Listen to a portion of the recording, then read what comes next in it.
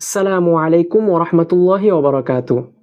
আজকে আলোচনা করব বিয়ের অনুষ্ঠান বা ফাংশন নিয়ে, যেটার ভিতরে বর্তমান সমাজে ইসলামের বহির্ভূত অনেক কাজ এবং জঘন্য জিনিস প্রবেশ করেছে। চলুন আজকের ভিডিওটি শুরু করা যাক। বিয়ে বা নিকাহ ইসলামে এটি একটি পবিত্র, সুন্দর ও সম্মানজনক বন্ধনের নাম, যেটার মাধ্যমে আল্লাহ তাআলা নারী ও পুরুষকে একটি পবিত্র বন্ধনে আবদ্ধ করে পরিপূর্ণতা দান করেন। কিন্তু আফসোসের বিষয় হচ্ছে, এই পবিত্র বন্ধনের শুরুটাই হয় ইসলামের অনৈতিক কাজকর্ম দিয়ে এবং বিভিন্ন গুনাহের মাধ্যমে। বর্তমান সমাজে বিয়ে একটি কঠিন জিনিস হয়ে দাঁড়িয়েছে। যখনই কোনো বিয়ের আলাপ আলোচনা শুরু হয়, তখনই ছেলেপক্ষ হোক অথবা মেয়ে পক্ষ হোক, উভয় পক্ষের অভিভাবকরাই এই টেনশনে থাকে যে সামনে অনেক খরচপাতি রয়েছে। আচ্ছা বলুন তো, এই টেনশনটা কেন আসবে? ইসলাম কি বিয়ে শাদীকে কঠিন করেছে, নাকি সমাজ বিয়ে শাদীকে কঠিন করেছে? ইসলামে তো বিয়ে করার জন্য শুধুমাত্র 4টা জিনিসের প্রয়োজন হয়। নাম্বার 1 পছন্দ, নাম্বার 2 সম্মতি, নাম্বার 3 মোহর, নাম্বার 4 সাক্ষী ও ইজাব কবুল। ব্যাস, এতটুকুর মাধ্যমেই আপনি বিবাহ সম্পন্ন করতে পারবেন। কিন্তু আমরা ইসলামের অনৈতিক এবং বহির্ভূত কাজের মাধ্যমে ব্যাপারটাকে এতটা কঠিন করে ফেলেছি যে অনেকের কাছে এই বিয়ের আয়োজন করাটা মানে একটা বিশাল যুদ্ধের ব্যাপারের মতো হয়ে গিয়েছে। এখন একটু চলুন সমাজের বিয়ের শুরু থেকে নিয়ে একদম শেষ পর্যন্ত কি কি কাজকর্ম করা হয় তা আমরা ভেঙে ভেঙে নোটিস করি।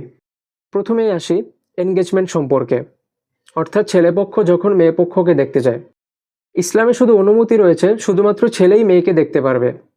কিন্তু বর্তমান সমাজে হয় কি, ছেলের সাথে সাথে ছেলের বাবা, ছেলের চাচা, ছেলের মামা, খালু আরও অনেকেই, অনেক আত্মীয় স্বজন যারা আসেন, তারা সকলেই মেয়েকে দেখে থাকেন। এই ছোট্ট গেট টুগেদারটা যখন কোনো শহর বা সিটিতে আয়োজন করা হয়, তখন তাও একটা সীমার ভিতরে থাকে, অর্থাৎ ছেলেপক্ষ থেকে যে সমস্ত লোকরা আসে শুধু তারাই দেখে। কিন্তু যখন এই অনুষ্ঠানটা কোনো গ্রামের বাড়িতে হয়, তখন গ্রামের বাড়িতে আশেপাশে যত মানুষ আসে সবাই এসে হুমড়ি খেয়ে পড়ে। মনে হয় যে কোনো মাছের বাজার বা গরুর হাট বসেছে।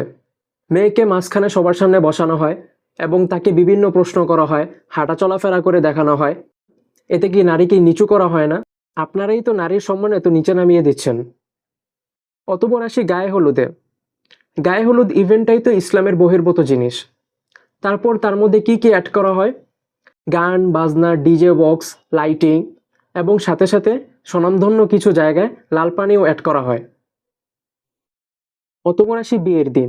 বিয়ের দিন যে সমস্ত নারী পুরুষ মেহমান হিসেবে আসেন, তাদের সকলের খানার ব্যবস্থা একই স্থানে করা হয়। সেখানে তো পর্দার কোনো বালাই থাকে না। তবে এটা নিয়ে এখন কথা না বলি, অনেকে এটার ব্যাপারে আপত্তি তোলেন। এটা কিভাবে সম্ভব আলাদা আলাদা করার? সম্ভব অবশ্যই, শুধু আপনার চিন্তা ভাবনার পরিবর্তন করতে হবে। তারপর আসি ওই দিনের সবচেয়ে আকর্ষণীয় জিনিস, গেটের সামনে একটা টেবিল বসিয়ে ব্যবসা স্টার্ট করা, যেটাকে বলে টেবিল ইনভেস্টমেন্ট প্রজেক্ট। অনেকেই বলে এটা উপহার হিসেবে দেওয়া হয়। আল্লাহর ওয়াস্তে এটাকে কখনোই উপহার হিসেবে ট্যাগ দিবেন না। যদি উপহার দেওয়াই লাগে, তাহলে ব্যক্তিগতভাবে নিজ হাতে ছেলেকে অথবা মেয়েকে দিয়ে আসবেন, অথবা তার অভিভাবককে দিয়ে আসবেন। আর বর্তমানে এই টেবিল ব্যবসা, এটা কত সুন্দর ব্যবসা এটা একটু ভেঙে বুঝাই। ধরেন একজনের সামর্থ্য রয়েছে 3 লাখ টাকার আয়োজন করার। অতঃপর সে দেখলো যে যদি সে 3 লাখ টাকার আয়োজন করে, তাহলে আয়োজনটা ছোট হবে বা কম মানুষকে খাওয়ানো হবে। এখন তো তার শো অফ করা দরকার। বা অনেকেই আছে শো অফ করতে চায় না ঠিকই, কিন্তু মানুষের চাপে পড়ে আয়োজনটা বড় করতে যায়, যে মানুষ কি বলবে। অতঃপর ঋণ করে মনে করেন আরো 2 লাখ টাকা। 2 লাখ টাকা ঋণ করার পরে এখন মোট 5 লাখ টাকা দিয়ে আয়োজন করে। অতঃপর সে টেবিল বসায়, টেবিল বসে সেটার মাধ্যমে সে বিজনেস স্টার্ট করে। অতঃপর অনুষ্ঠানের পর হিসাব করে কোন আত্মীয় স্বজন দিল, কোন আত্মীয় স্বজন দিল না, কোন আত্মীয় স্বজন কত টাকা দিল, কেউ কম দিল নাকি কেউ বেশি দিল, সেটার হিসাব করা হয়। অতঃপর দেখে ব্যবসা লাভ হয়েছে কিনা বা ক্ষতি হয়েছে কিনা। আর এই লাভ ক্ষতির হিসাব তো ব্যবসার মধ্যেই করা হয়। অথচ আল্লাহ তাআলা বিয়েটাকে কতটা সহজ করেছেন। হাদিস শরীফে উল্লেখ রয়েছে, মেশকাত শরীফে 3097 নাম্বার হাদিস, ইন্না আ'যামান নিকাহি বারাকাতান আইসারুহু মু'নাতান। অর্থাৎ সবচেয়ে বরকতপূর্ণ বিয়ে হলো সেটাই যেটার মধ্যে স্বল্প খরচ হয়, অর্থাৎ কম খরচ হয়। এখন তার মানে এই না যে আপনি বেশি খরচ করতে পারবেন না, পারবেন। কিন্তু আপনি কেন টেবিল বসাবেন? দাওয়াতের মানে এই না যে সেটা টেবিল বসানো, আপনি সেটার মাধ্যমে টাকা আয় করবেন। অতবার আপনি হিসাব করবেন লাভ হয়েছে নাকি ক্ষতি হয়েছে। আপনি মানুষকে দাওয়াত দেন কিন্তু টাকা নিবেন না, এটাকেই বলে তো দাওয়াত। আপনি বিয়ের ডেকোরেশনের জন্য শুধুমাত্র 10 লাখ টাকা খরচ করতে পারেন, অথচ সেই বিয়েতে মেয়ের দেনমোহর থাকে মাত্র 1 লাখ টাকা। কেন এরকমটা হবে? মেয়ের সম্মান কি এতটাই নিচে? ইসলাম নারীকে কি এতটাই কম মর্যাদা দিয়েছে? আল্লাহ তাআলা কোরআনে ইরশাদ করেন, ওয়া আতুহুন্না সাদকাতিহিন্না নিহলা, তোমরা খুশি মনে তাদের মোহর আদায় করে দাও। এই মোহর নারীদের জন্য কতটা সম্মানের জিনিস আপনি জানেন? অথচ আপনি এই নারীদেরকে এতটা নিচে নামিয়ে দিচ্ছেন শুধুমাত্র সমাজকে সন্তুষ্ট করার জন্য। সুতরাং কেন ভাই এরকমটা হবে? যদি আপনার সামর্থ্য থাকে 10 টাকার বা 20 টাকার, তাহলে আপনি সেই সামর্থ্য নিয়েই থাকেন। মানুষকে দেখানোর জন্য আপনি কেন 50 টাকার সামর্থ্য তাকে দেখাতে যাবেন? সেই চাপটা তো আপনার নিজের উপরই আসে, তার উপর তো আসে না। আবার অনেকেই আছে বিয়েতে দাওয়াত খেতে যায়, কিন্তু সে টাকা দেওয়ার পক্ষে না। মূলত এটাই হওয়া উচিত ছিল, দাওয়াত মানে কি টাকা দেওয়া নাকি? কিন্তু সে চাপে পড়ে যায় যে বিয়ের পরে তো যে ব্যক্তি আয়োজন করেছে সে তো সব কিছু চেক করবে, কে টাকা দিয়েছে কে টাকা দেয় নাই। তো তার যদি 500 টাকা দেওয়ার সামর্থ্য থাকে, সে আরও বেশি বাড়িয়ে দিয়ে এসে চাপে পড়ে। আবার কিছু মানুষ আছে যারা এর থেকেও আরও ডেঞ্জারাস ব্যক্তি, তারা যারা আয়োজন করেছে তাদেরকে উল্টা আরও চাপে রাখে। যেমন কোনো ব্যক্তি বিয়ের দাওয়াতে গেল, দাওয়াতে যাওয়ার পরে সে 5,000 টাকা দিল। এখন সে 5,000 টাকা এই জন্য দেয়, যখন সে নিজে বিয়ের আয়োজন করবে তখন সে যেন 5,000 টাকার নিচে কম না দিতে পারে। অর্থাৎ 5,000 টাকা দেয় এই আশায় যে সে যেন তাকে 10,000 টাকা দেয়। সমাজের মানুষ কীরকম এটাকে জঘন্য ব্যবসা বানায় ফেলছে। শুরু থেকে শেষ পর্যন্ত এতক্ষণ যা যা বললাম, কোন জিনিসটা বলুন তো ইসলামের রীতিনীতিতে হয়েছে? অথচ বিবাহ ইসলামের গুরুত্বপূর্ণ একটি বিষয় এবং একটি পবিত্র বন্ধনের নাম। আপনি একটু ইমাজিন করে দেখুন, যদি আমরা ইসলামের নীতি অনুসরণ করতাম তাহলে কত সুন্দর হতো। যেমন, যে ছেলে বিয়ে করার ইচ্ছা পোষণ করেছে সেই শুধুমাত্র মেয়েকে দেখত, বাকি অন্য সবাইরা পর্দার সহিত কথা বলতো, সুন্নত তরিকায় বিবাহ শাদী হতো। ছেলে পক্ষ থেকে মেয়ে পক্ষের ওপর অথবা মেয়ে পক্ষ থেকে ছেলে পক্ষের ওপর কোনো চাপ থাকবে না যে আমরা 100 জন আসছি, 150 জন আসছি, 200 জন আসছি, সেই অনুযায়ী আপনারা ব্যবস্থা করেন।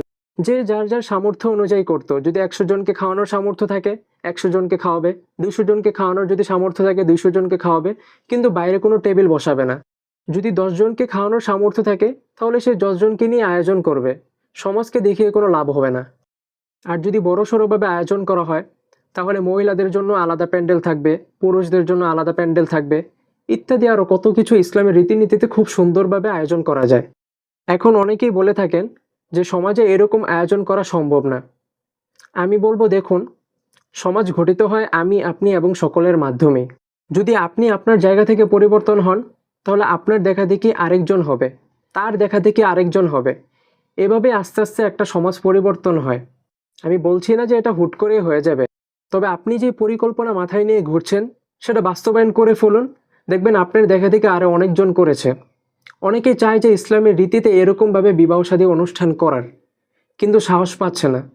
যারা সাহস করার ইচ্ছা করেছেন বা মাথায় এরকম চিন্তাভাবনা করতেছেন তারা করে ফেলেন। আপনার দেখে দেখে আরও দেখবেন 10 জন মানুষ এরকমভাবে সে আয়োজনটা করছে ইসলামের রীতিনীতিতে। সুতরাং এরকম আয়োজন করার জন্য সমাজের সাথে গা ভেসে চললে হবে না, সেরকম চিন্তাভাবনা করার এবিলিটি থাকতে হবে, ধৈর্য ধারণ করতে হবে, চেষ্টা করতে হবে, মেহনত করতে হবে। তাহলে আল্লাহ তাআলা একটা সুন্দর সমাজ দান করবেন। সর্বশেষ কথা, আপনি পরিবর্তন হলে আপনার আশেপাশের মানুষ পরিবর্তন হবে এবং এর মাধ্যমে সমাজ পরিবর্তন হবে, আর সমাজ পরিবর্তন হওয়ার মাধ্যমেই রাষ্ট্র পরিবর্তন হয়।